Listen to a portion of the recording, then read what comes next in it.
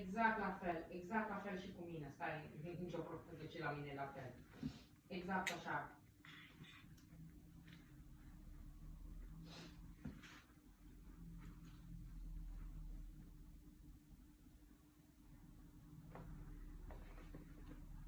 Păi, asta am zis și eu.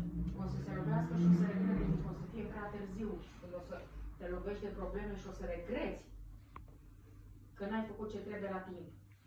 Și nu mai poți să dai timpul înapoi, să reiei de la capăt. N-ai cum. Zic, poți să faci orice, numai nu mai poți să dai timpul înapoi. Știu. Exact.